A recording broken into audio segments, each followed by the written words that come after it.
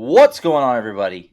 It is that time again. The AllSooners Podcast, episode 182 on this Wednesday, April 12th, 2023. Josh Callaway in Oklahoma City, Ryan Chapman and more, John Hoover in Tulsa. Gentlemen, how are we doing? Having a light week, aren't we? One midweek softball game, no press conference. Yeah. That was on the road. And then only one football interview. Man, what are we going to do with ourselves this week, fellas? I was going to say light week professionally, but you can speak for yourself. Hoove knows. Last night I was I had the Hawks on, I had the Braves on, and then OU softball covering that game remotely, obviously down in Baton Rouge. So I'm just covering up the work stuff with other sports that we don't cover. Sports for pleasure. What a concept. Sports for pleasure. Who needs a hobby? We do not need a hobby with this career, do we? No. Not in the slightest. No, yeah, this week is we only had one football availability, like who said. We did go to practice on Monday, but we also heard from Brent Venables last week after we recorded. So when we backtrack, we got some ground to cover. Oklahoma did land, of course, a big quarterback recruit. We'll talk about that a little bit later as well. And of course, other sports on the back end. So still got a packed show for you this afternoon. So let's do what we've been doing. Let's dive into spring ball, the latest from spring camp. Like I said, last week we talked to Brent Venables. We're in the midst of week 4 of spring practice. The spring game is next Saturday. So we're on the tail end here of spring camp. I can't remember who I was talking to. I said something about the spring game being next Saturday, and they were like, wow, already. Like it has moved a little quick. A little different for us going to Norman constantly, but it has moved a little quick, and we're on the tail end of it now. So we'll just open it up here. What's the big takeaway from Coach Venables last week? Ryan, you weren't able to be there, but I know you've been abreast of everything he's had to say. It's almost impossible to work in sports radio the last week, I think, and not have known pretty much everything he has said, and just generally from camp in the last week or so. Go ahead, Ryan.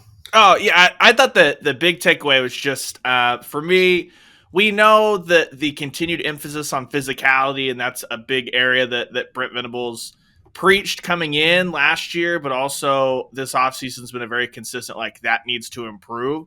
But just those comments about Jackson Arnold and how football kind of comes easy to him. We've heard that a little bit about Peyton Bowen, Jackson Arnold, some of the heavy hitters in this last recruiting class, that the football piece of it comes easy. And when you think about stuff like him going out there and saying he's already throwing guys open, things like that, this is a guy that is just adjusting to his first slate of practices, right? And get up to this speed, up to this level. And I think the fact that Brent Venables is already talking about Jackson Arnold as a guy that's, throwing people open, things like that, I think that's a good sign.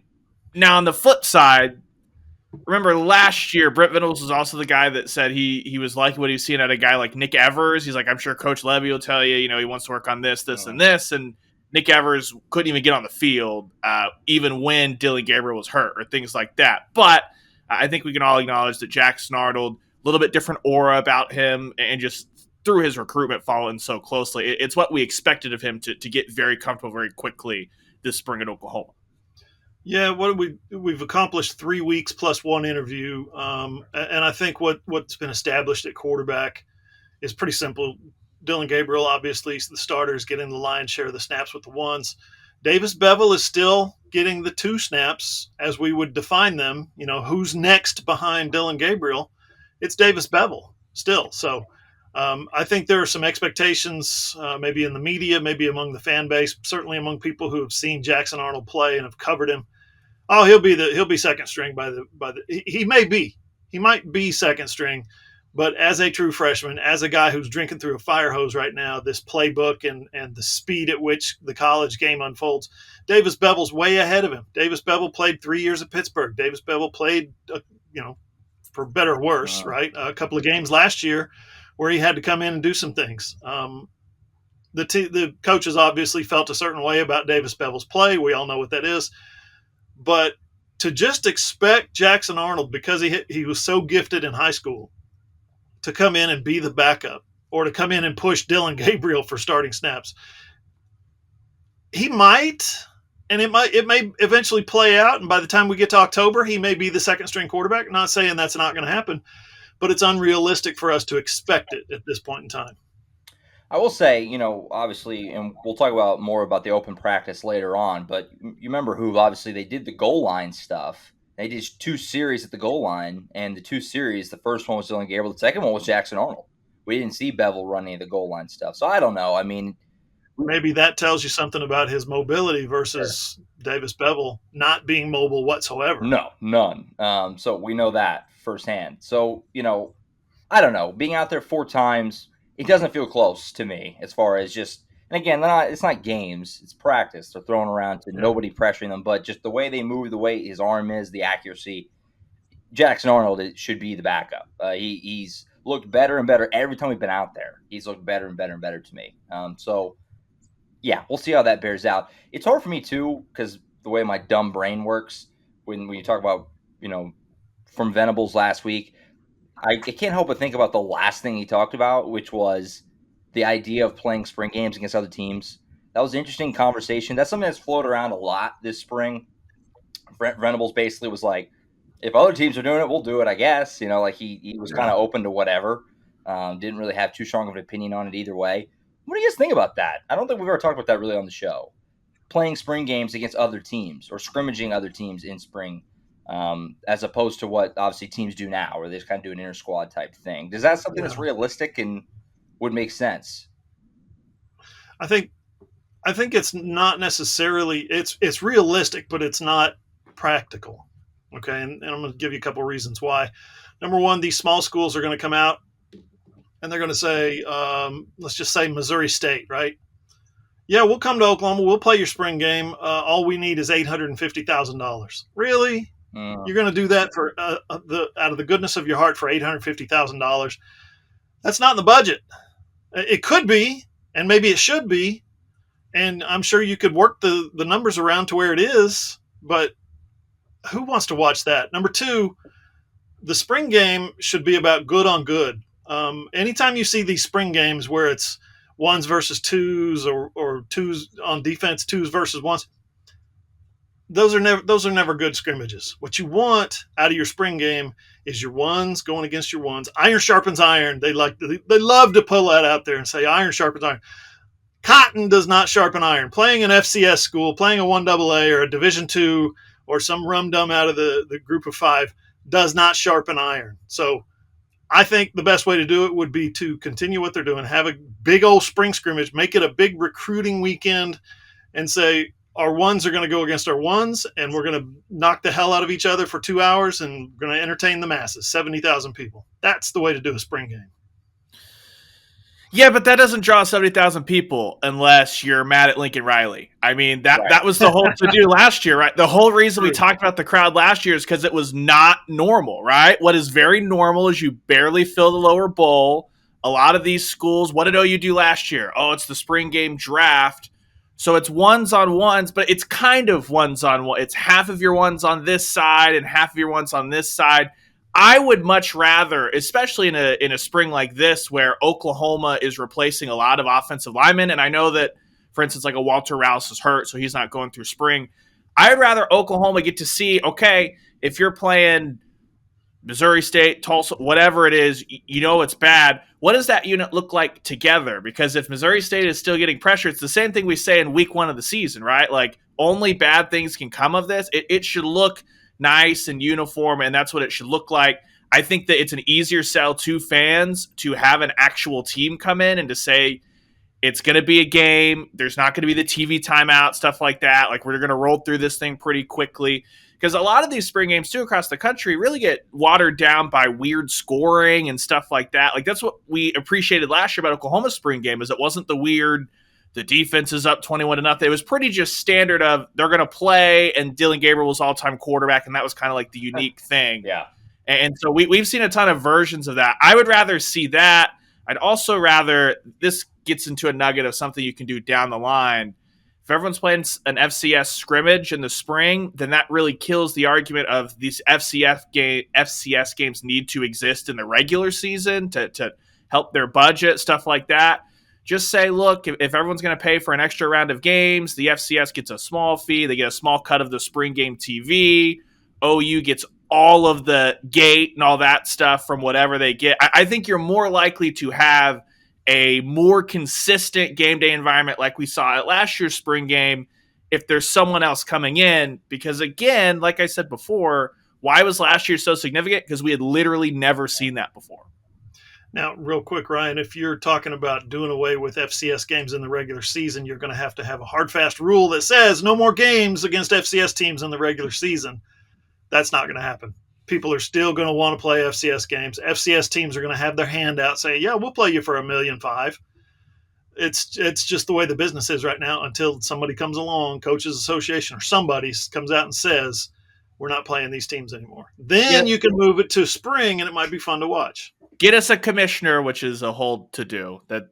Something that's been yelled about for a very long time. But it becomes a easier bridge to say, okay, well, the teeth have kind of been taken out of this, because that's the really lame.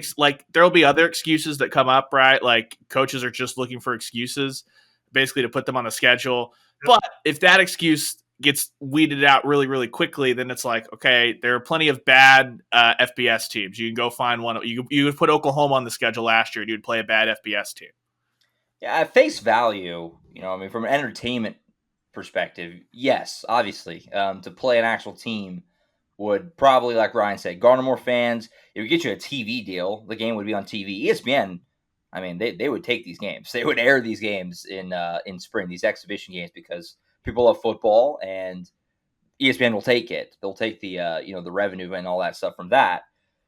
It's it's kind of like the logistical part of it that is where it kind of gets bogged down, because it feels like if you're going to do this, it either would have to be like kind of what you guys are saying, really tiny schools, UCO or something, will come play OU at in Norman. Otherwise, because if you're playing another D1 team, they're going to say, well, we want our spring game to be at home. Then you're doing like a home and home. You're playing two of these things or something, like back-to-back Saturdays or something. So that's where it gets bogged down. But from a pure entertainment and, all that stuff, it's like, yeah, if you can make that work, that's certainly an easier sell to television networks and the fans, all of that. So I like to don't forget to, but I just don't know if it's feasible. You're going to want to look at it like a college football coach, and to every college football coach in the country, this is practice number 15.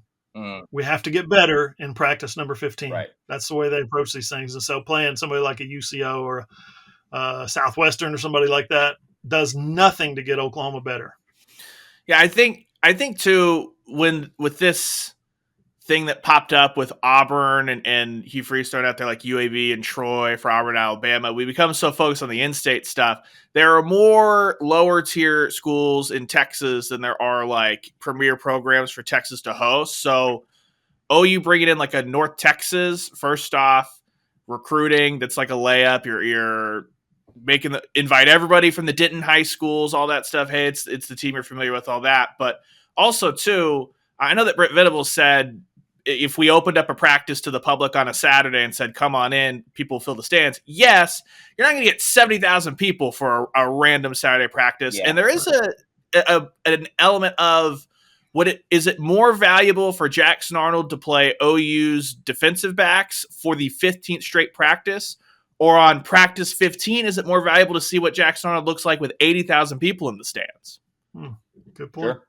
We are also you won't get 80,000 for some random FCS school. You might, but it will be more than like the 40 they're gonna dump in for the spring game.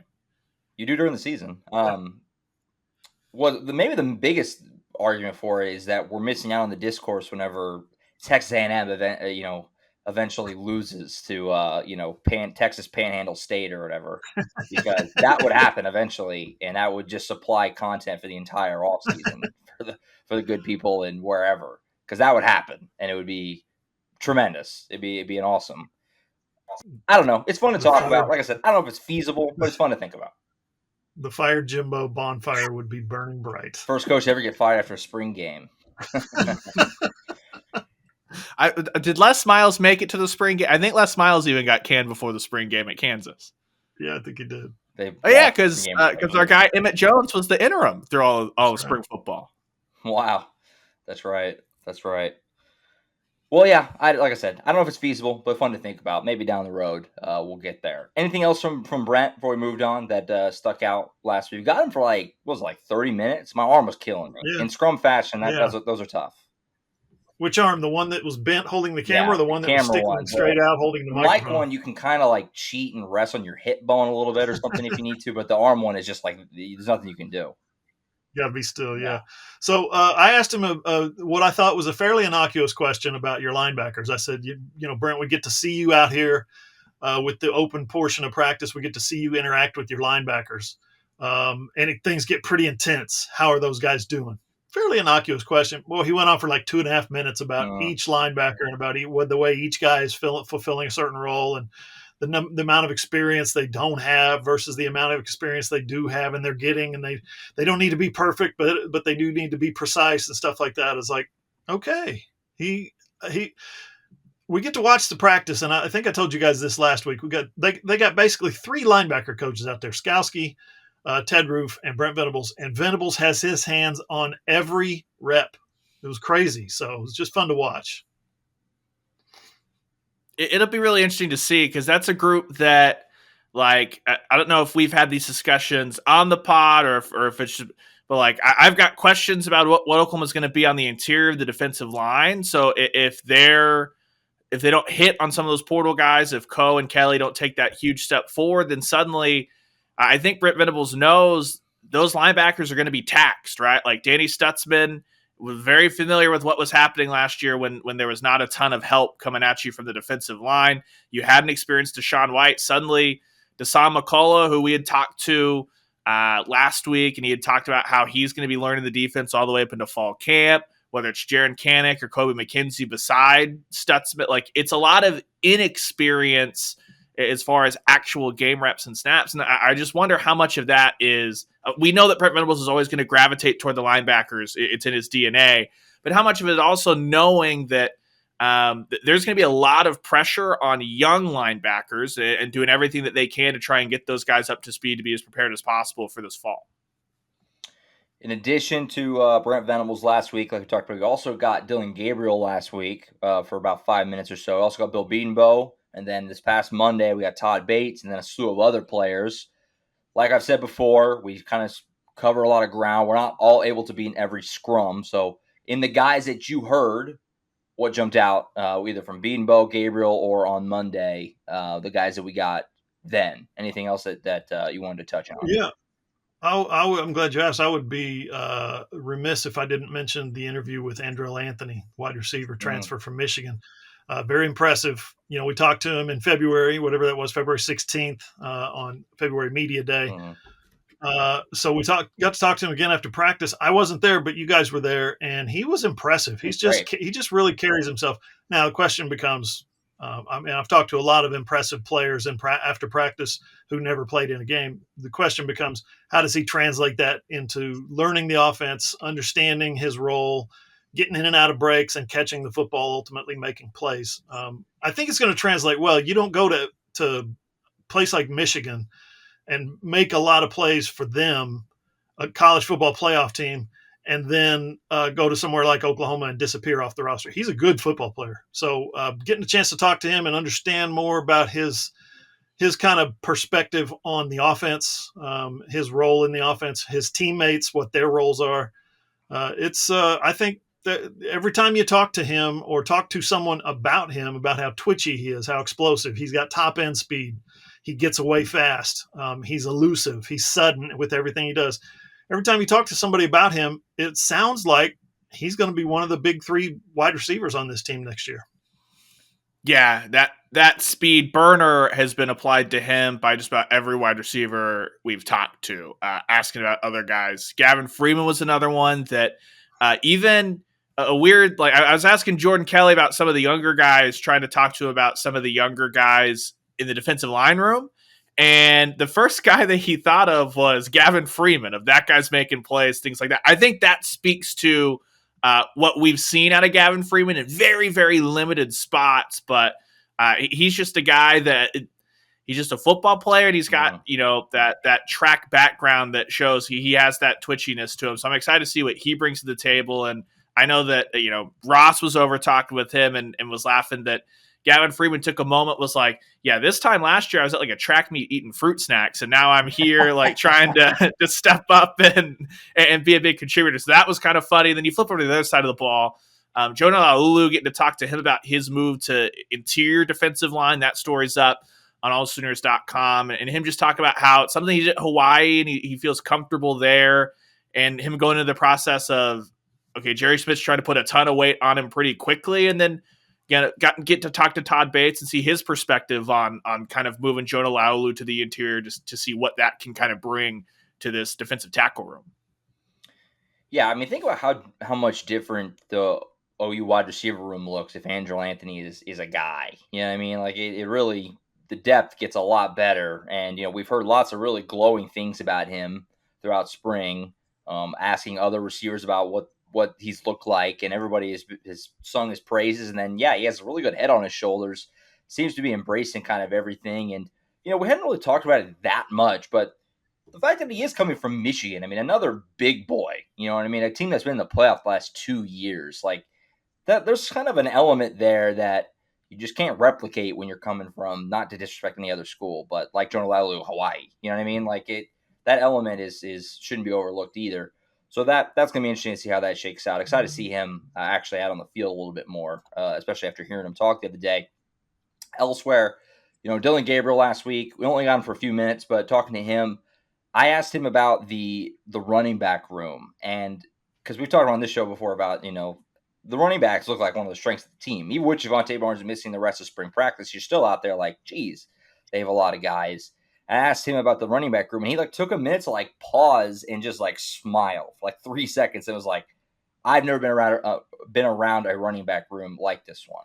And Dylan Gabriel's been around football for a while. This is his 9th season or something. So the fact that he's literally giddy talking about the running backs, I think is probably a pretty good sign.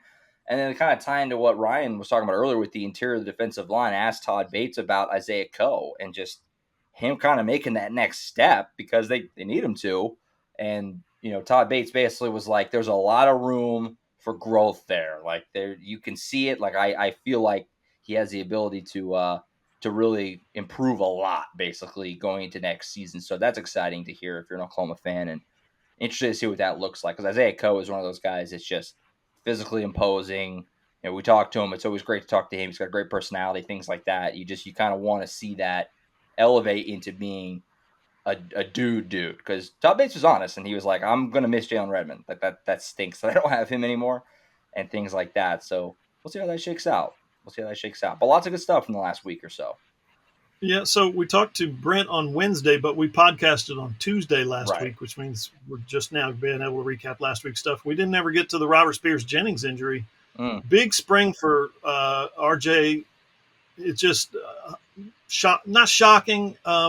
We watched Monday's practice, right? And he was out there making plays, intercepting the footballs, going through all the drills. And then we talked to Brent on Wednesday, and he's shut down for the rest of spring, going to have shoulder surgery. I guess he had shoulder surgery last Tuesday. So that's too bad because, like I said, it was going to be a big spring for him. He's got an opportunity to really make a statement this spring. I don't think he's going to fall off the depth chart because he's not practicing, but he's going to lose reps, which would have made him better. So that's too bad for him. I was looking forward to possible big fall out of him. And that's not to say it can't happen. He's certainly capable of doing that. But you mentioned Javonte Barnes is another one out there rolling around on his scooter. As we mentioned on last week's pod, well, he's had the surgery on his foot, out for the rest, or I should say procedure, I guess is the way Brent talked about it, described it.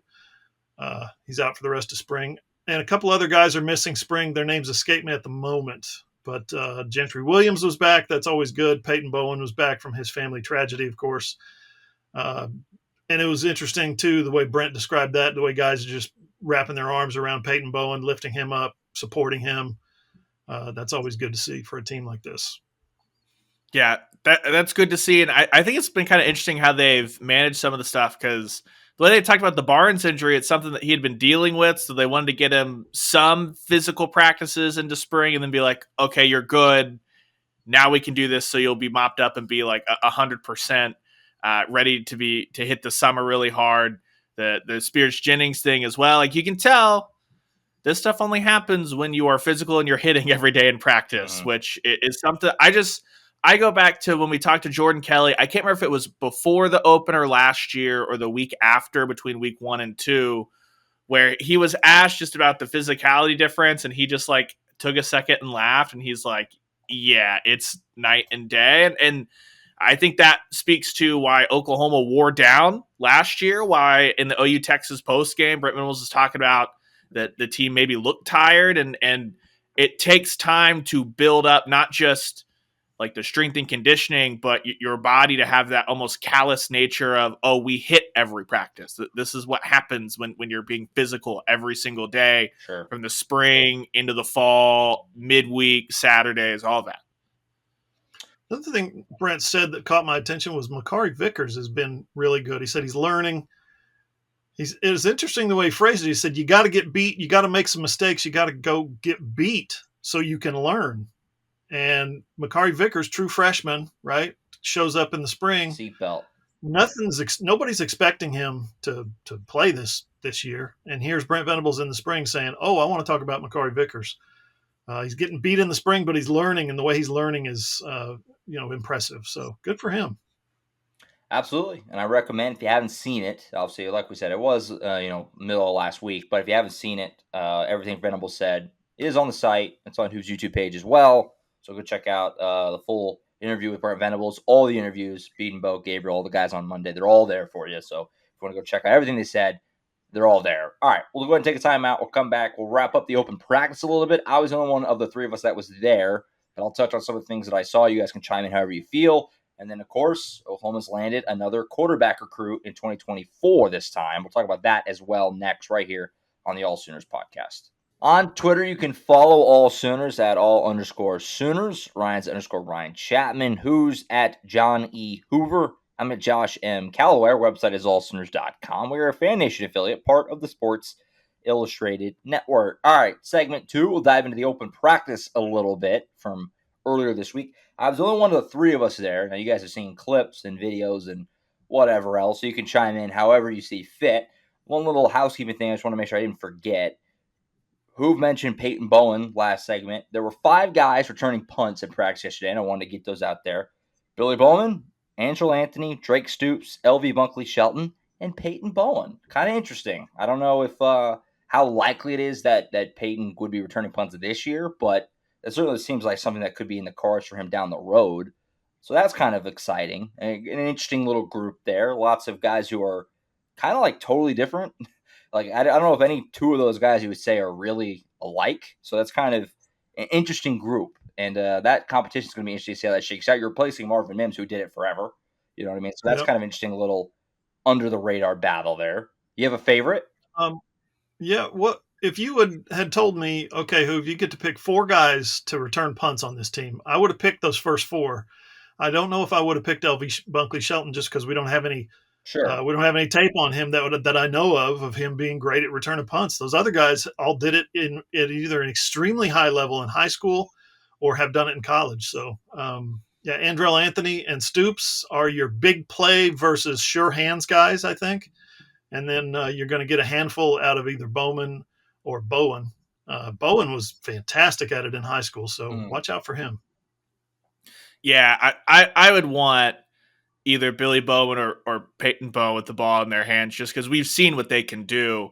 Angelo Anthony, he had a really funny story about part of why he got on the hands team at Michigan is because his best friend, J.J. Hemming, was returning punts, and he just would go over there to hang out with him, basically, and then he picked up on it. So, interesting origin story for the Angelo Anthony punt return, but he certainly got that speed.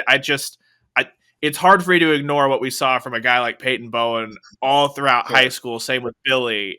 Just maybe that's us being a little biased, knowing that it was just a hop, skip, and a jump down I-35 South to watch that, as opposed to having to go up to Michigan to watch Andrell. I will add, too, they did some kickoff return stuff as well. It was a few of the same names, but also tossing Jalil Farouk into the mix when it came to kickoff returns. He wasn't doing the punts, but he was doing the kickoffs. So we'll see. We'll see. It seems like Farouk and Bowman, in the few reps that I saw them doing returning kicks, were the guys doing the kickoff returns. I don't know if that means it's going to be the 2 guys back there, but it seemed like 2 probably pretty heavy candidates for that. So we'll see how that stuff kind of shakes out. We'll see what they toss out there in the spring game, which, like we said, is next weekend. Now, I'll start with the open practice. I referenced it earlier. It was sick. It was awesome. They did some goal line. Now they didn't do a ton. It was like 6 or 7 total plays, but they brought them over to field 2, and they did inside the 5, full speed goal line plays. It was pretty nice. Got some pretty legit collisions. The 2 best plays were Caleb Hicks, who I've been talking about how much I've liked the entire spring practice, just breaking through the line and scoring one. He looked really awesome. I can't believe that guy's a freshman. And then the play that everybody's talking about, Deshaun McCullough comes through and just absolutely blows up. I think it was Tawi Walker in the backfield for like a 5-yard loss. Those are the 2 plays that got everybody like, ooh. But that just seeing the goal line was awesome. But yeah, those 2 plays really stuck out, I think, to me. And the McCullough one obviously made waves, as you would expect. Deshaun has that kind of natural ability, 6'5", 200 and probably about 30 pounds right now. He's got that natural ability that a lot of people who find themselves in that situation just don't have. Like you beat your guy or your guy reads wrong and he steps inside and leaves you one-on-one with the running back. You're supposed to turn into Jadeveon Clowney there and knock his helmet off. And you know what I mean? You're supposed to destroy him. A lot of people don't do that.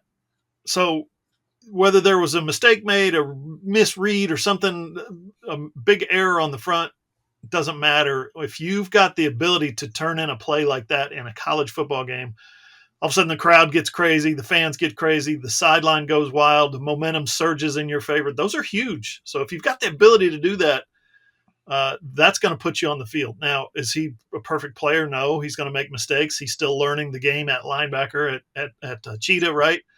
But boy, when you see him do that, you're thinking, okay, that's not the last time he's going to do that.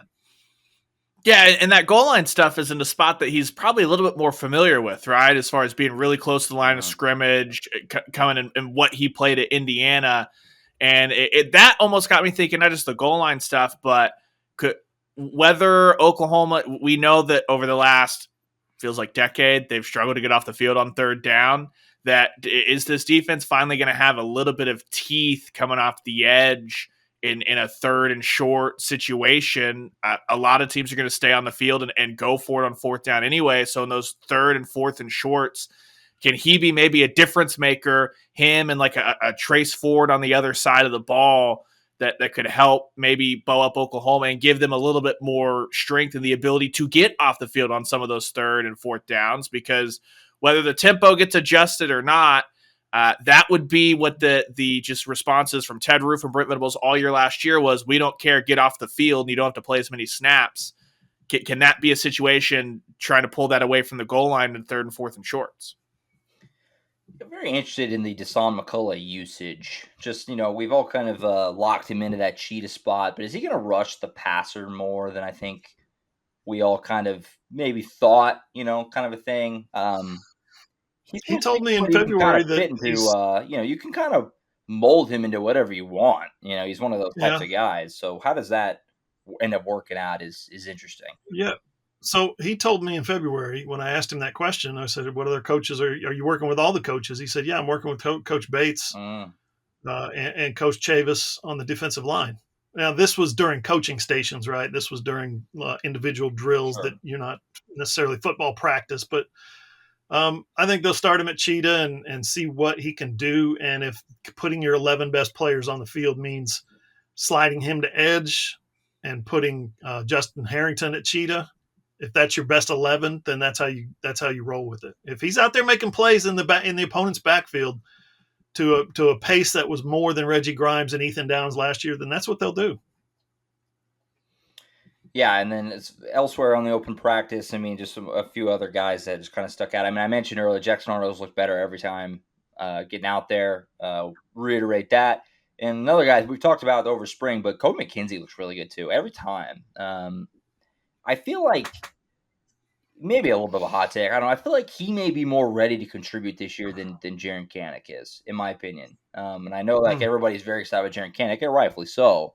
But man, Kobe McKenzie just has the size and the look to him, and just I don't know. He's impressed me every time. He sticks out every time, and so it just kind of I don't know. Excited to see him. I think there's a path for him to be on the field a lot, I think. Because, you got Stutzman and McCullough. Those guys are going to be there. But who's filling the rest of the shoes? I don't know why that couldn't be Kobe McKenzie. So excited to see him as well. Like I said, I was the only one there. But is there anything else that you guys gleaned from afar you wanted to touch on? We moved on. Nah, it was dominated by the goal line. That's what flooded the zone, which was a ton of fun. It was great. And like I said, Dylan Gabriel did a few plays. Jackson Arnold did a few plays. No other quarterbacks did any. Do with that what you will. Speaking of quarterbacks, Oklahoma landed one. Wait a minute. Are you saying Jackson Arnold is the new Belldozer? He could be. Number 10.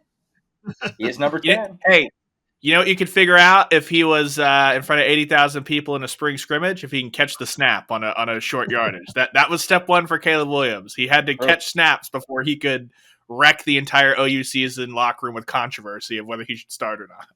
Very, very true. When did he drop the snap in the first game, or was that later? I remember he did it against K-State. Or K-State was one of them. Yeah, purple. I got purple on the brain. That feels like just a million years ago. On quarterbacks, they landed a quarterback. We talked about him multiple times on the show. Michael Hawkins officially commits to Oklahoma. Over the weekend, it was between OU and TCU in its final two. Everybody felt pretty good about OU's chances there for a while, and they finally do get him. Of course, his dad played at OU in the early 2000s as a defensive back. From McKinney, Texas, number 19 QB in the class. He's a 4-star. He's not as highly touted as Jackson Arnold is in his respective class, or as highly touted as we think Kevin Sperry will be when that time comes. But he is a very good player. His highlights are on AllSooners.com. He has a lot to like. He's a legacy player at Oklahoma. And the fact that he chooses OU, despite the fact that they have Arnold there and you have Sperry coming up behind him, I think says a little bit about his, attitude, his temperament, and that kind of thing. So we'll get into kind of the ripple effects and how we think this is all going to shake out in a second. But just first, I guess, reaction impressions to Michael Hawkins, the player, and what kind of a get it is for Oklahoma to bring him in. There's so many tendrils to his recruitment that are fascinating to me. Number one, as you mentioned it, his dad played at OU in 2002. He played defensive back. He was on those defensives with Brent Venables as the defensive coordinator. He was in the same recruiting class as Jeff Lebby, who is now the offensive coordinator, he's the quarterback. I mean, this is all fascinating stuff. He is trained by Kyler Murray's dad, Kevin Murray. Okay, that's his quarterback trainer, right? Mm-hmm. You got to trust that he knows what he's doing, right? Kyler Murray's dad, are you kidding me? Come on. He's one of the best in the DFW. He was recruited at Arkansas by Kendall Briles. Okay, he loved Kendall Briles. He wanted to he was really, really thinking about going to Arkansas because of the relationship he had with Kendall Briles and that coaching staff. Kendall Briles comes to TCU. He starts thinking, okay, maybe I can start thinking about TCU, stay in the DFW. He starts looking at this from that perspective. But he said, I think he told Parker Thune from 24/7, the love just wasn't there that at TCU like it was at Arkansas. So it's been really Oklahoma in the lead, even though he's flirted a lot with TCU. He's given TCU a million chances. It's been Oklahoma in the lead for his services for about a year now. And then his high school coach at Allen, before he transferred over to Frisco, his high school coach at Allen was Chad Morris. What? Yeah, the same Chad Morris who produced Chandler Morris, of course, who was the former head coach, offensive coordinator, all this stuff, right? And one of the guys who coached his dad in high school is Tim Beck, former Texas offensive coordinator, former Nebraska offensive coordinator. So there's so many. This kid has been around. Think about it now. All those names I just mentioned, he's been around extremely high-level college football and high school football for his entire life. So anybody who thinks he's not going to come in and be an immediate upgrade, or not, I'm not saying he's going to be an upgrade from Jackson Arnold or anything like that. He's not taking a step back. He's not this Michael Hawkins does not take a step back to anybody that Oklahoma's recruited. He's a great high school football player. Has every reason to come into OU and be a good college football player as well. Also kind of a minor upset to still consider Arkansas while having a relationship with Chad Morris. I don't know what that conversation's like in your ear, but that's a minor upset. The thing that stuck out to me for him is just you pilfer through a lot of high school highlight tapes doing this stuff like that. And it's not often that you see quarterbacks that look just as comfortable rolling out and throwing on the run as they do when things are on schedule in the pocket. And look, he's not Jackson Arnold. It doesn't look like Jackson Arnold. He's not as consistent as Jackson Arnold is. And when Jackson Arnold had his highs, when you're kind of looking at his high school stuff, but he's still really good, can accurately deliver on the run, and it really fits like what we've known of Jeff Lebby. Is Dylan Gabriel at UCF was pretty mobile. Matt Corral, obviously pretty mobile. Last year is kind of the outlier with Gabriel, and I think that had more to do with who was not behind him, which was a backup Oklahoma trusted. You're seeing that very clearly, like you turn that film on, you're like, yeah, I see why Jeff Lebby leapt at this, right? As far as the accuracy paired with his ability to kind of deliver on the run. Then obviously when he gets downfield and tucks it himself, he can make plays. But I'm always just really impressed when you've got a guy that young that looks as comfortable rolling out and delivering accurately as they do when everything's going according to plan in the pocket. It's interesting to me too that, Lincoln's quarterback recruiting philosophy, we all know it by now, was get the top guy every other year, right? Skip a year. Let those guys come in and develop, get comfortable, not be so scared of the competition that they hit the transfer portal in the year one. Put a little gap in between there. Lebby's not backing down from the one elite quarterback every year kind of thing. And it's pretty awesome if you consider, if you go all the way back to when he first got here, he recruited Nick Evers. Then he lands Jackson Arnold. Then he gets his 25, and now he's got his 24. Kevin Sperry and Michael Hawkins. He's not afraid of putting these guys in the mix, in the frying pan, and saying, let's see, what you got. It's it's going to be what it's going to be, meaning guys who fall down the depth chart are going to transfer, and guys who don't fall down the depth chart are probably going to be in the discussion for a Heisman at some point. Well, I think too, just real quick, the way that the quarterback position has gone, it doesn't matter whether that's a 5-star guy that falls down the depth chart or a 3-star guy. If you're the third string quarterback, you're probably out anyway. You know what I mean? And so that was always the weird train of thought, is like, look, if you bring in 2 5-stars back to back, whoever doesn't win the job's going to transfer out anyway. If you bring in a 3-star, he might stay to get his 3-year degree and then transfer to have 2 years. Well, now that everyone's got a free transfer, they're out too. So why would you not? If you're going to have a rotating door quarterback room, why wouldn't you want it to be as talented as possible for the ones that do stick? I think this reaffirms, just kind of overall, and he didn't have like a picture perfect first year, obviously, but I think it reaffirms that like the OU fans that wanted Jeff Lebby gone or weren't happy with his first year, wanted him ousted or whatever, are ridiculous, because look what he's able to do. The quarterback recruiting is not missing a beat after you lost Lincoln Riley. You're still getting top-end guys literally every year. Like, to whose point, 4 in a row already, Lebby has locked up, 22 through 25, a high-end quarterback. And that is not just a given. That's not just like automatic that just, Oklahoma just gets that. That's not how it works. It's who's there making it happen, and Jeff Lebby's making it happen. Jeff, we get Jeff, we get exposure to Jeff in interview settings and press conference settings. He comes across as very plain and very dry, doesn't he? Yeah, for sure. Straightforward, not entertaining, not outgoing, not funny or anything like that. He can be funny. I mean, he's cracked some jokes in the press conference, but we don't get to see that side of him that the recruits obviously do, because when you talk to Kevin Sperry, or you talk to Michael Hawkins, or you talk to Jackson Arnold specifically, or Nick Evers last year when I talked to him, Jeff Lebby this, Jeff Lebby that, Jeff Lebby up, down, all around, right. And they can't get enough of this Jeff Lebby. They are in love with the guy and the way he coaches quarterbacks, the way he coaches offense and recruits. And so I kind of want to see that side of Jeff Lebby in the press conference. Jeff, if you're watching, my man, let it go. Let your hair down. We want to see the recruit side of Jeff Lebby. Well, we get the no BS, and I don't mean like that he doesn't speak in coach speaks. There's a lot of coach speak. There's a lot of I'm saying words, and it actually is going to be nothing as far as information goes, which is a skill every coach rolls out there. That's not really it. Like, it is what it is.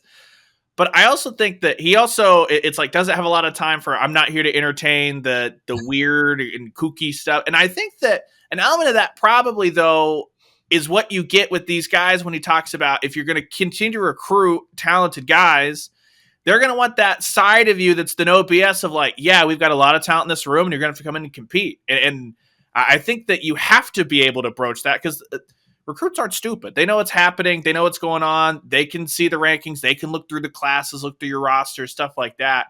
So I wonder how much too, like we don't get to see the building the relationship side of Jeff Lebby, but that kind of no BS, like I'm all business. Like, I feel like at some point that flip is switched as well, because that's something that all those guys talk about is like, Jackson Arnold, what was the message? I'm going to come in, learn from Dylan Gabriel, and compete. You know, when you talk to Kevin Sperry, going to come in and compete. You know, nothing's earned, that kind of thing. And I think that's a weird blend, but we get to see one half of it, which is why none of us are ready to commit to play quarterback at Oklahoma, I guess. Yeah, I guess so. He comes from the Art Briles tree, and I know Art Briles is public enemy number one right now and all that, villainous and all that. But from the days of interviewing Art Briles when he was the head coach at Baylor, everybody walked out of there. Usually, there were a couple of instances where he got sideways with people, but usually you walked out of an interview with Art Briles thinking, that guy was hilarious. That guy was engaging, and he was funny. Come on, man. Be like Art. We want to see the other side of you. Not in a lot of ways. Not in all ways. Not in that way. Yeah, I mean, I get to see it like a tiny bit, you know, at games, because also there's always a lot of recruits there, you know, in like pregame or whatever, they flood the sidelines. So you get to see him interact with guys a little, and he comes up and he, you know, big smile, daps guys up, and you see it a little, but I agree. I mean, it's like it doesn't really match what the guys say about him, doesn't match what we see all the time. And not that, you know, he's fine, you know, but it'd be interesting to see, like a little peek behind the curtain in that recruiting, how that looks when he's in some kid's living room. You know what I mean? Maybe he's saving it for when he's a head coach. Perhaps that day will come eventually. Yeah. Let's forecast it a little bit. So you have Arnold, presumably taking over next year, right? I mean that's what Oklahoma would like. Oklahoma would like Dylan Gabriel to have a good year. He's the quarterback all year. There's no controversy. He goes to the NFL. And then Jackson Arnold is your starting quarterback in 2024, first year in the SEC. That's Oklahoma's probably picture-perfect scenario. How does it play out from there as you feel today? Is Hawkins going to fit in? Is Sperry going to fit in? Does Hawkins end up transferring? Is this just a backup plan if Arnold ends up not being what we think he is? Spin it. What are some thoughts on how this is all going to shake out? Because odds are Arnold, Hawkins, Sperry, all three of these guys are not going to play multiple years at OU as the starting quarterback. There just isn't room for that to happen. So how do you think this kind of shakes out when it's all said and done? Well, that's a good question. The pat answer would be the best quarterback each year is going to be the starter. Okay, simple as that. Now, who's that going to be? Man, I have no idea. Jackson Arnold is going to play some this year, I would think. I think he's going to be the backup. I would think he's going to be getting in games, and he's going to play more than the redshirt 4 games limit. Okay, he's going to be the backup. That's what I think.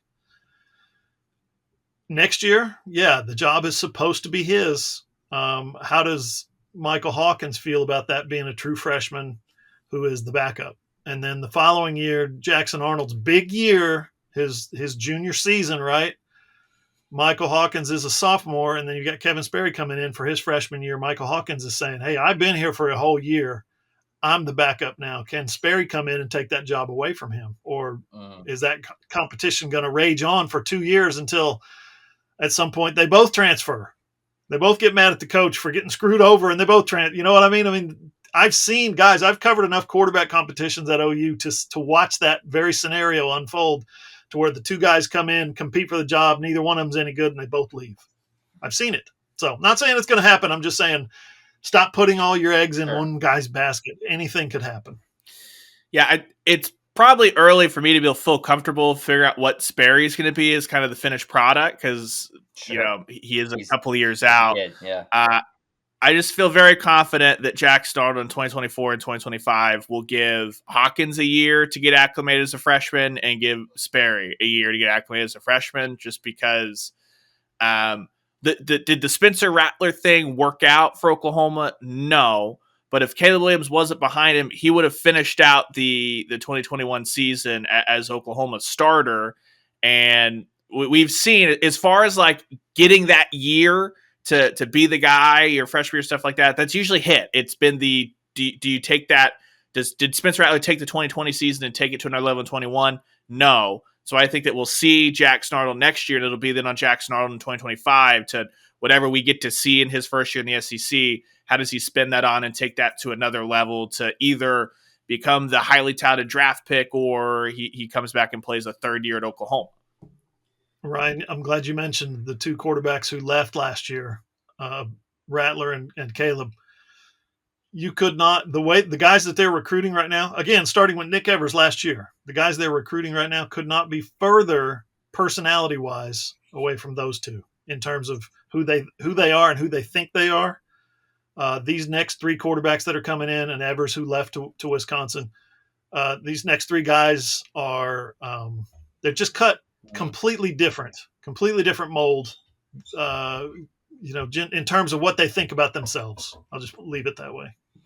Do they have that ability? Do they have first round Heisman ability? Maybe. We'll have to wait and see how they develop. But just in terms of how they approach their teammates and their community and the games themselves and the coaching staff and themselves, different dudes, completely different dudes. Quick sidebar. Have you guys seen the hype machine behind Spencer Rattler coming out of spring? Where was it? Was it Feldman that put out there that they're hearing great things, or Matt Fortuna? And I was like, yeah, Spencer Rattler in the blue, green, whatever it is at South Carolina, the I can't get hit jersey. That's never been the question, is if Spencer Rattler looks pretty throwing the football in shorts in the spring. It's the fall that matters. Sure. Call me skeptical on buying the Spencer Rattler is going to suddenly kick it into high gear in year 4. It just seems like to me, we've talked about it many times. I think Jackson Arnold is going to be a guy that's going to be a big-time player at OU. So presumably he takes over next year. He gets probably just 2 years, probably, because he's going to be ready. He's eligible for the draft at that point, and you would think that's probably something that will be on the table for him after 2 years as the starter. And then it's going to just come down to a couple simple things of, is Michael Hawkins willing to wait 2 years? Because he'll be here next year, right? So is he willing to sit around for multiple years? And then if he is, it'll probably just be as simple as it's a battle. It's a Hawkins-Sperry battle. And probably winner's your quarterback, loser probably Portals, because that's how college football works in this day and age. So it's going to be fun to see how it shakes out. One thing that they've done here that Lincoln Riley, like we said, just refused to do is they left themselves some wiggle room. Because like I said, if Arnold happens to not work out, which we all think he's going to be great, but if he ends up not being what we think, you have another guy right there. Hawkins is coming in next year, so you have another guy that you can feel good about, potentially. Same thing goes for Sperry if Hawkins isn't being what you hope for, and vice versa. You know what I mean? So having some wiggle room, some cushion, not a bad thing. Something that Lincoln Riley did not prescribe to at all. Yeah. Not a bad thing. So we'll see how that looks. In terms of long term, I don't attend these college football practices like I used to, right? So we get to watch the video. We don't get to see like constant interaction. The coaches know, and the wide receivers know, and the offensive linemen and the running backs know. You would think that, and we've said this before, and it holds some merit. You would think that the quarterbacks know who's the better quarterback, right? You would think that they would know how this is shaking out. Well, Hawkins is better than me. I'm never going to play in front of him. I'm going to transfer. Okay.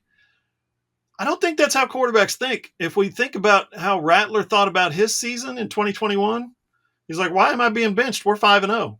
Because you keep throwing interceptions. You keep throwing it to the wrong team. You keep costing your offense possessions. And Caleb Williams, he didn't understand why he was benched against Baylor when they went down there and he couldn't figure out Baylor. He was like, what am I doing wrong?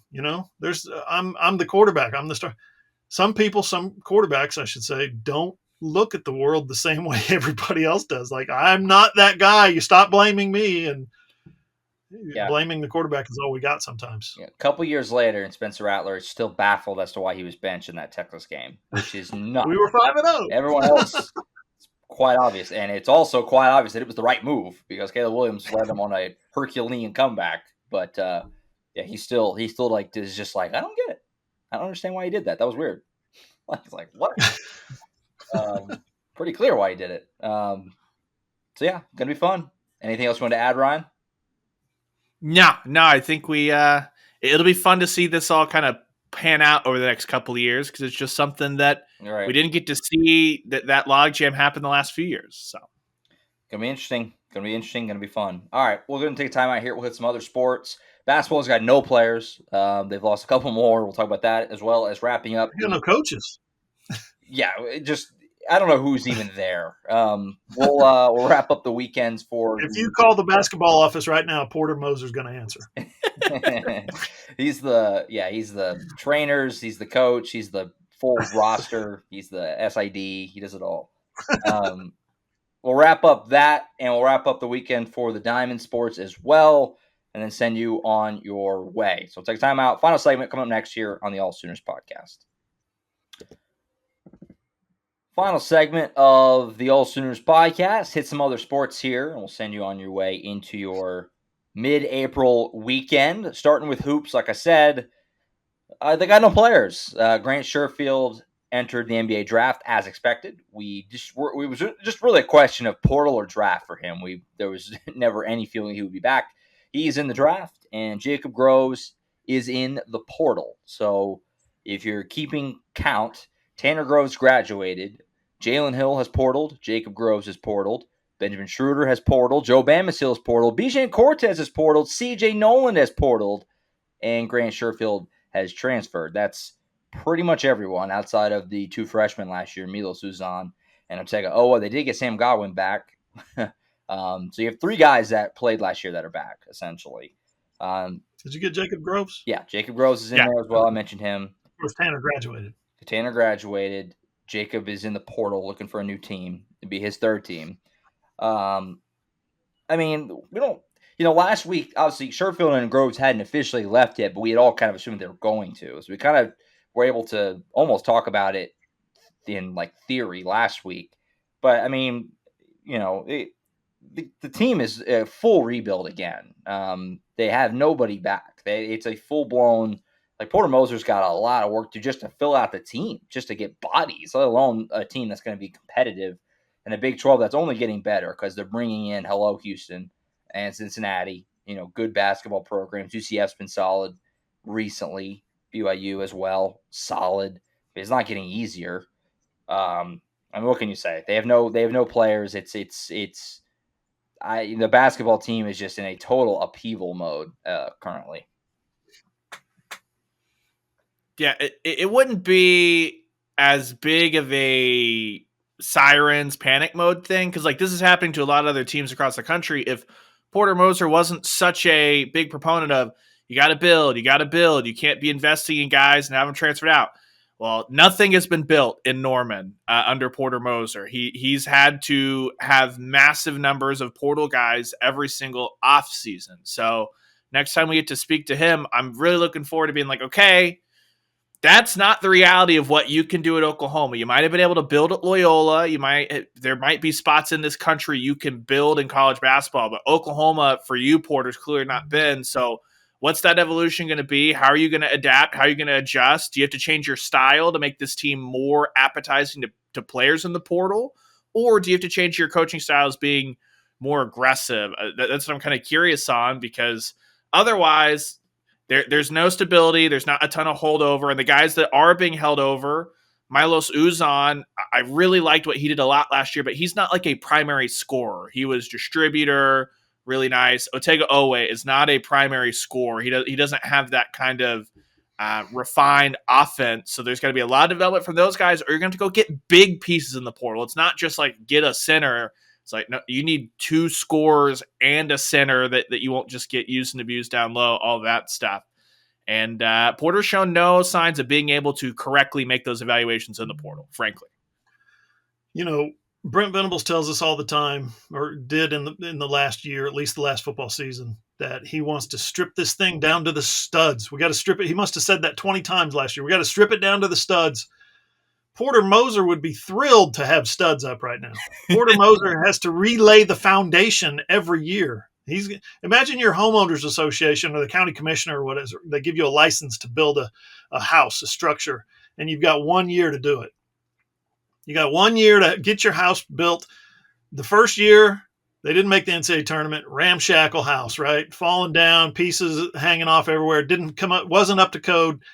Tear the whole thing down, tear the foundation out, relay the foundation, put the new studs up, put new walls up. Second year in a row, they didn't make the NCAA tournament. Again, not up to code. Your house is a piece of crap. You're embarrassing the homeowners association. They want you out of the neighborhood, basically. Got to tear that thing down again. That's what Porter Moser's having to go through every year. It's unbelievable. So he talks constantly about family and foundational building and all that stuff. When's it going to happen? When's it going to even start to happen? Because every year we're seeing more and more guys leave by the portal or some other reason. You come into the portal, you leave through the portal. What's going on? I don't understand. He's got a tent up. There is no house. It's just a tent. And here's the other thing too, which guys, he's not keeping assistants around. And one off season where David Patrick gets a head coaching job and KT Turner goes to Kentucky. Okay, that makes sense, except for it was Sacramento State and 1 year and KT Turner, when he talked about taking that Kentucky job, it was you can't turn down Kentucky, all that. 1 year later, he's the head coach at UT Arlington. That doesn't sound like oh my gosh, I just had to be at Kentucky and absorb that. That sounded like I would like to have been in a different spot, and now I'm taking a very, very, very small potatoes head coaching job immediately. Sure. You had a coach who, for personal reasons, basically backed out and left the staff before the season even started. Like the shot doctor. Yeah. At some point, there's a common denominator, and everyone's leaving Norman, and one guy's still there. Like, at what point does that not become a very valid question to ask? Like, again, it's all individual stuff. But nobody has stayed for more than 2 years, except for Emmanuel Dildy. He's like the only guy. You know, not to retread last week, but I continue to be struck by the Jalen Hill one too, because I mean, he was the one guy, and not everybody spoke highly of Porter. I don't want it to sound like the players just like hate him or something. That'd be disingenuous. All the players say they like to play for him, but Jalen Hill was one guy who always went out of his way to say how much he liked playing for Porter, and then he still ends up leaving. You know, we went to the offseason. I think the optimism or the spin zone that you had was if you can find a way to retain Jalen Hill and Grant Sherfield with the freshmen you've coming in, and the two freshmen last year, you retain them, Owa and Uzan. You make some portal additions. You've got some pieces here to maybe improve, pretty quickly. But you didn't do that. You know, Hill and Sherfield are both gone. You didn't retain anybody that was a question mark. Obviously, Uzan and Owa, anybody could leave at any time, but nobody thought those guys were necessarily going to leave, and they lost everybody else. So, yeah, it's rough. We'll see what happens. They need to start making some additions soon, just for morale. I don't know. Yeah, if they had a practice today, and I know that that's not how it works. They're not practicing right now, but if they had a practice today, would they have bodies to even do it? It'd just be one-on-one. They don't have guys. No, they couldn't.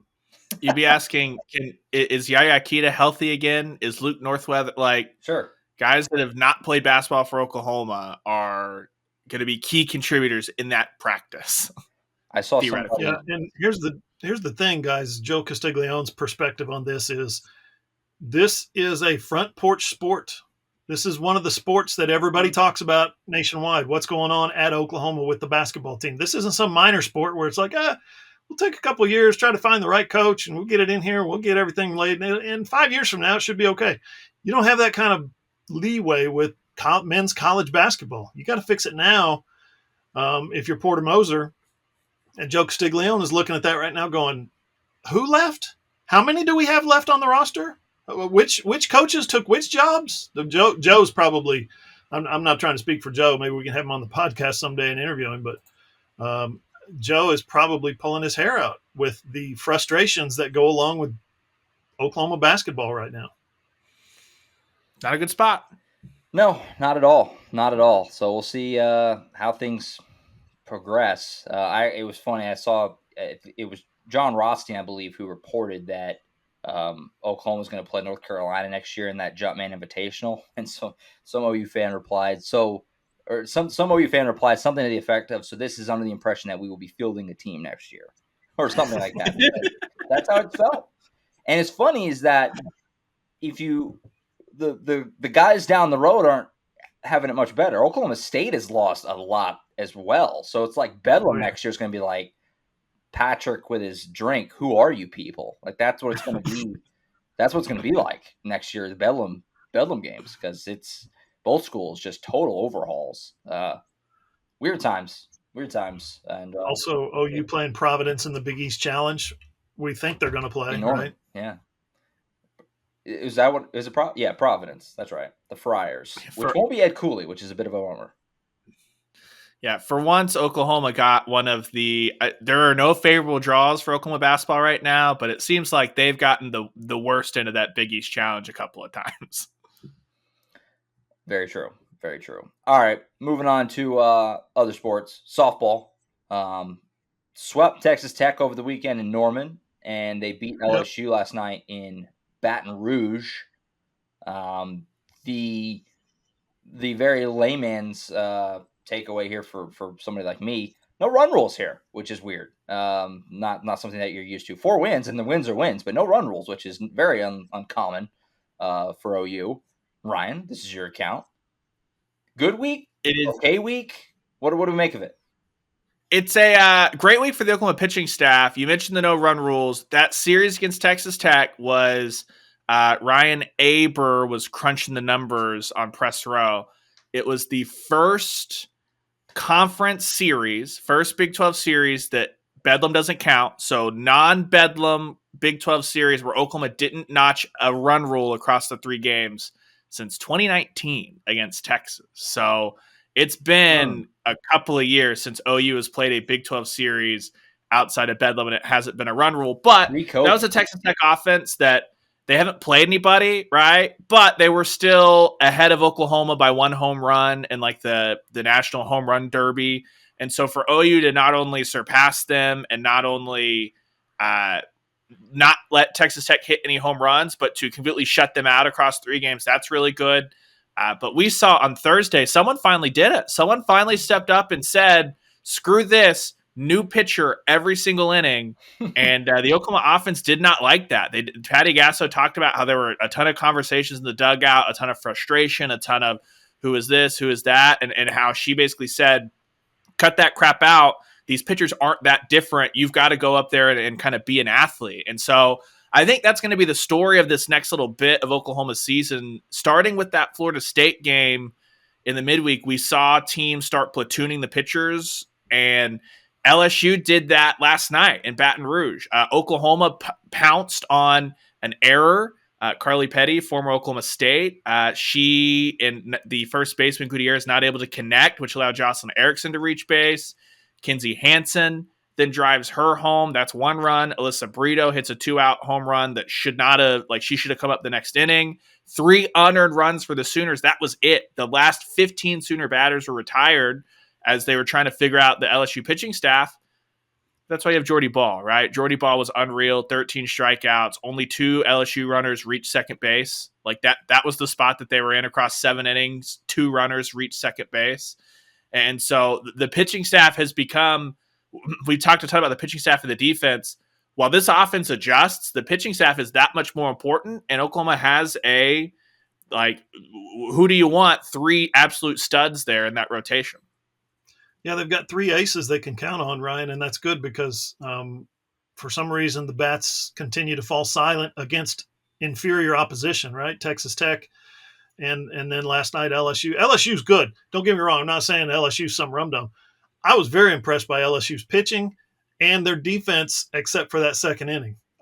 So they were making plays. They're a good team. I think they're going to have a chance to make the College World Series. They're very talented. So beating them 3-0, there's no shame in going on the road and beating LSU 3-0. But Patty's quote after the game, thank you, Patrick, for the quote. was we've got to get this figured out. Our hitters have to get this figured out. They're 1 through 4 hole hitters who are as talented as anybody in the country were 0 for 11 last night. 0 for 11. And, Jada Coleman's making a run for National Player of the Year. Tiara Jennings has been in the discussion when Jocelyn Allo's not knocking fences down for National Player of the Year, right? So they've got the talent. Grace Lyons is a 2-time All-American. They've got the talent. They're having to rely right now heavily on the pitching and the defense. And they did again last night. If it wasn't for pitching and defense last night, they might still be playing. It might still be 0-0. Yeah, and we say all that, and here's the really twisted, demented thing. After last night, Oklahoma's now hitting 373 as a team. That is first in the country by 12 points. Yeah. So, Marshall is second in batting average at 361. So it's still a gap between Oklahoma and everybody else. But Oklahoma's getting a unique treatment, right? Like, we'll have more on that soon. At AllSooners.com, as I'm doing a lot of box score dumpster diving right now. But it's an adjustment. It's something that 2 years ago Oklahoma didn't face, and last year Oklahoma didn't really even face. And it's going to be something that, like you saw, UCLA, if you've got a Megan Faramo, they're just going to throw Faramo, right? Oklahoma State, they're going to be confident to throw Kelly Maxwell. They're going to be confident to throw Lexi Kilfoyle. That's like a different situation. Baylor, when you get Orm, they're going to be confident to throw her. Everybody else on OU's schedule the rest of the year in the Big 12, it would be coaching malpractice for Kansas not to play, the pitching carousel. It like everybody else, if you don't have a legitimate ace, this should be the strategy because Oklahoma hasn't adjusted to it quite yet. Yeah, those 3 aces they have are going to ride them to another national championship. I'll be shocked if they don't win it because of those 3 girls. The batting will come around. I'm not worried about it. Did you see the graphic that ESPN threw up during the game last night when they said, "Are you looking for a three-peat?" And they laid out the numbers for UCLA's three-peat, last century, whatever it was. And then Oklahoma's chase for a three-peat this year were on the other side. The records were 163-19 for UCLA, 151-8 currently through 2.5 seasons for Oklahoma. Batting average 280 for UCLA, 386 for OU. It's like, wow, that's quite a difference. Runs per game, 3.7 for UCLA, 9.7 for OU. So during this 3-year stretch, it's pretty ridiculous. Now, this is the one that got me and obviously caught everyone's attention when I retweeted it. 25 home runs in 3 seasons for UCLA. 25?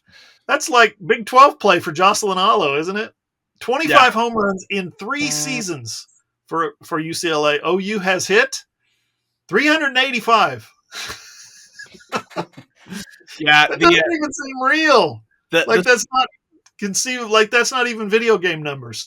ERA was obviously in UCLA's favor, 0.43 to 1.35. Offensive numbers, yeah. 1.35 is crazy. You make up for more than that 1.35 difference in the ERA by hitting 385 bombs. It's unbelievable.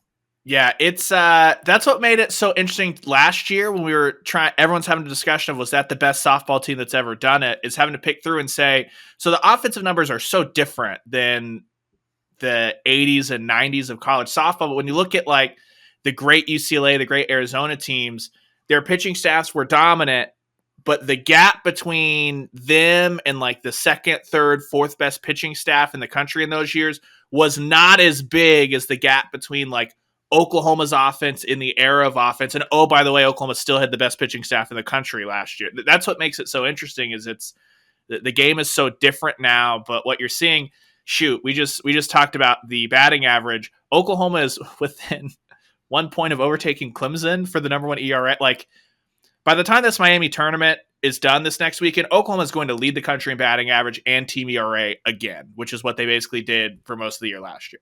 And Beth Mowens said last night they still rank number 1 in defense. I didn't look it up. I'm just saying she said on the broadcast they still rank number 1 in fielding percentage. So that's not fair, Patty. It's not fair. I'm just wondering if they're going to be like thrown off by having to play 7 innings a few more times. Not something they're used to doing, especially 4 in a row. 28 innings in 5 days or 6 days or whatever it was. That's bizarre for them. So Yeah. that'll be weird. 4 shutouts. Unbelievable. That'll do. So they got this Miami of Ohio tournament, right, Ryan? How is it? 4 games? It's I think it's just 3 games, a pair Saturday and 1 Sunday. Oh, okay. Oakland stinks. Miami of Ohio stinks. Louisville's a fringe top 25 team. I think Oklahoma's going to enjoy the fact that here's the thing: Oakland, Miami of Ohio, and Louisville should all 3 do the exact same pitching strategy that we've seen these last couple of weeks. But regardless of how Louisville does it, Oakland and Miami of Ohio, it should be one of those things where, they can roll through a bunch of pitchers and Oklahoma can still batter people. And that maybe would be good for the confidence of kind of attacking that strategy, because this is not going to go away. Yeah, Ryan, some teams don't have 6 pitchers. Well, here's the thing. With the COVID rosters, a lot of teams, they may not have 6 pitchers they're comfortable throwing, but they've got 6 pitchers. So you just got to change a little bit, because like LSU didn't do they let a couple of pitchers go for 2 innings. So you make a couple of pitchers go for 2 innings, and then the rest just get your quick in and out and see how that goes. If you throw the wrong pitcher against this lineup, it could be 6-0 real quick. Yes. That's the thing. Enjoy a nice weekend in tropical, sunny Miami, Ohio. Should be a lot of fun out there. All right, wrapping up with a little bit of baseball here on the way out. I don't know. It's weird times right now. They've had a really weird season. Playing up against competition, playing down against competition has kind of been the thing. Pretty good at home, pretty awful on the road. Kind of doing things that a young team would do in a lot of ways. Bad weekend in Waco. They lost 2 out of 3 to Baylor. They're now 1-5 against Kansas State and Baylor. Those are the 2 worst teams in the conference. Can't have that. And that's after they bludgeoned Oral Roberts in Tulsa on Tuesday. And Oral Roberts is good. They went in Tulsa and smoked them last Tuesday. Oral Roberts, who gave OSU fits last night in Stillwater. And then last night, Oklahoma at home rolled over Wichita State, who they'd already lost to twice. And they beat them 8-1 last night. Totally dominated the game last night in Norman. But yeah, they're coming off another rocky weekend. Don't know what to make of them right now. The spin zone here is that it was right about this time where they started to take off last year. Things kind of started to fall into place. They got healthy. Oklahoma's hoping for something similar. They have good wins on the schedule. They do. But they also have some really egregious losses. So, I don't know. We'll see how things move forward. Big series this weekend, but I don't know. Up and down is kind of the story right now.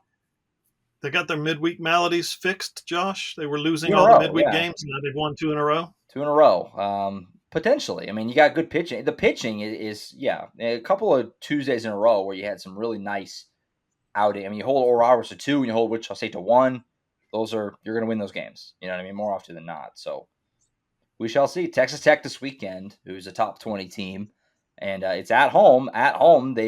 This year at home, they split with top 10 Stanford. They took 2 or 3 from TCU. They've been pretty good in Norman. On the road has been where it's gotten sideways on them. So we'll see what they can do this weekend. What is it still just that? Like, is this still a team that's losing the exact same way, or has it been something different that's popping up, like in that Baylor series? Because for a while there, it was the bullpen. Then it seemed like they just couldn't get like any offense going at like against Wichita State and like the loss. Well, the question is still certainly to me the bullpen. Thursday, they let the league get away to lose the opener to Baylor. They can still, for the most part, score runs at a pretty high clip. Even with the injuries they've had in the lineup right now. Dakota Harris is still out, but he's supposed to be back soon. Easton Carmichael, we all talk about how great he was. He's out right now with mono. He's sick. So they've had to kind of just roll the punches. Last night they moved Kendall Pettis up to the 3-hole. Obviously, normally he's 9. And he went 2 for 3 with a triple. He had a great game. They're scoring runs. They can hit. This team can hit and score runs and, still do the stuff they did last year, play small ball, lay down a bunt. All that stuff is still there. And the rotation is kind of starting to figure it out. Braxton Douthat's been really good. James Hitt's been pretty good last couple times out. They're starting to figure that out a little bit. But the bullpen is still just, you don't trust it. It's really, really shaky. They've moved Cale Davis to the bullpen from his Friday night role. Maybe that is kind of one of those missing ingredients type of things that they did last year. They made a lot of moving pieces and they took off. Maybe that's one of those things that we look at the end of the year like that move was huge. Time will tell. So the biggest question is the bullpen. If they can just find at least a few guys that they feel comfortable with at the end of games, it could make a big difference. So we shall see. Like I said, big series this weekend against Texas Tech. Top 20 team. If they could find a way to get 2 or 3 this weekend, try to build on that, who knows? Who knows? I got to go to Austin next weekend. So you probably want to try and find a way to win this series this week to have any hope of climbing out of the basement right now of the Big 12, which is kind of where they're hanging out at the bottom right now. So, Josh, the midweek pitching has been better the last 2 weeks. I think 5 pitchers against Oral Roberts, 6 last night against Wichita State. Does that mean any of those guys are going to get more weekend duty, because that's where they're obviously need to get some work done, is on the weekends?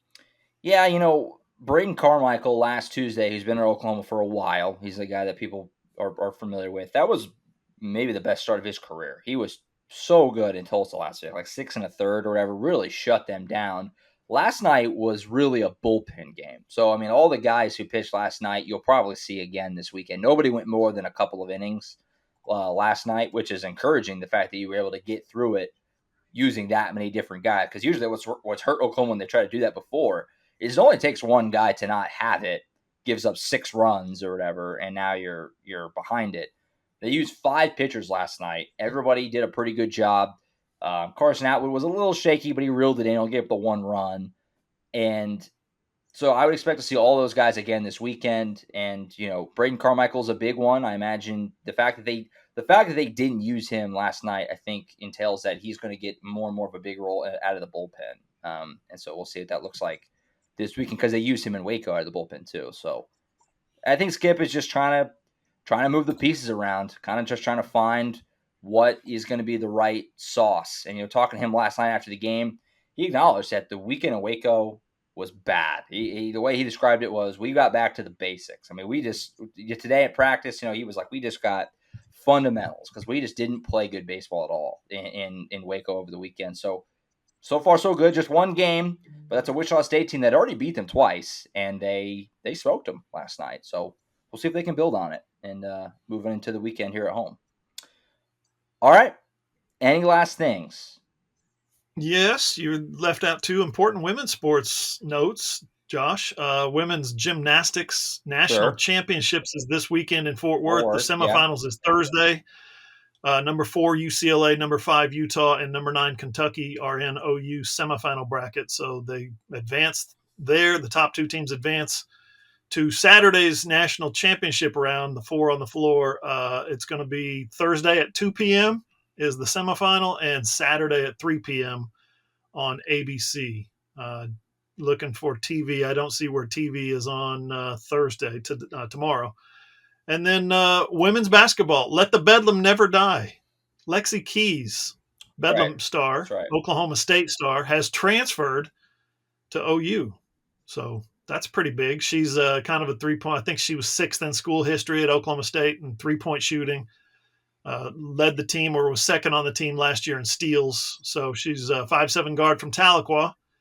Going to play her final season. After starting 3 years at Oklahoma State, she's going to play her final season with OU. So, like I said, let Bedlam never die. In the last calendar year, Cale Davis from OSU to OU, Ben Abram from OU to OSU in baseball, Trace Ford, of course, and now Lexi Keys. It's like just becoming a thing. So it's become accepted, apparently. What did Reggie Grimes say about Trace Ford? That's crazy. That'd be like if one of us went to Texas. Did he say that? Yes. Did he say that? Wow. Yes. I don't think he even realized what he was doing there, but I was like, Reggie. That doesn't sit well. Yeah, talking to Trace Ford last week, he basically just kind of was like, yeah, you kind of have to have a little extra guts basically to do it. Essentially, is kind of the way he described it. So I agree. Yeah, it's become a thing. Did he have to bring his own guts? Because if so, he might have been a better fit at Clemson. That's right. BYOG. Yeah. In the rain. I'm waiting for Venables to bust that out. You think he's got it in the holster? He's just waiting for the right moment. Yes. That's my biggest. The first time they toppled Georgia or something. Yeah, my biggest disappointment from not being able to be at the open practices with my radio slot is I would be the one looking high and low on the practice field. Is there a bucket? Is there a bucket here? Is there a crimson painted bucket where you're supposed to throw your guts into it? Because that's what OU might be missing. You know, I'm. It's a travesty that I didn't acknowledge it. You just reminded me. Brent Venables wore his hat backwards at practice on Monday. That was weird. That was bizarre. He didn't wear it the whole time, but I looked over and I did a massive double take. It was like, what is that? He was wearing that. It was so just foreign. He looked like a different guy, like legitimately a different guy. So Chavis, you expect it. You that's look at okay. Venables, That's you're like, accepted. wait a minute. Yeah. Where's his hat? Where's the bill of his hat? Why is it on backwards? What's going I on literally with was that like, man? who is that? Oh, I don't know if in the span of 24 months, you can have a fan base have to get adjusted from moving off a visor for the first time since 1999 and then go straight over to the backwards hat like a year later. That may be too much too fast. I would love to see him coach a game in a backwards hat. That would be quite a moment if he did that. He only had it backwards for like 5 minutes, but I caught him, and it was weird. All right, I think that's it for us. We'll be back next week, of course, previewing the spring game because that's next weekend, which is again the spring has moved along, I think, reasonably quickly, and so we'll be back next week to wrap up the latest in spring camp and then preview next Saturday's spring game. All the things we're watching for, all the storylines. We'll make our final predictions on Kyler's statue pose, all that good stuff. We'll be back next Wednesday to do all that and wrap up the weekends for the Diamond Sports, all that good stuff. Don't forget, we'll have a post-game pod next Saturday, too. Yes, the return of the post-game pod up in our booth. Hopefully there's no disease sandwich for Ryan to consume. And we'll have that for you next Saturday as well. So big stuff coming up next week. We'll catch you first on Wednesday, and you can watch that show, or listen to that show, I should say, on iTunes, Spotify, Google, iHeart, wherever you get your podcasts. If you have an Amazon-enabled device, just say, Alexa, play the AllSooners Podcast. Also posted on our website, allsooners.com. Click on the playlist on your phone, your tablet, or your computer. You can watch all the shows as well on whose YouTube page, John Hoover Media. That's it. We'll be back next Wednesday to preview the spring game. For Ryan Chapman and John Hoover, I'm Josh Callaway. We'll catch you guys next time.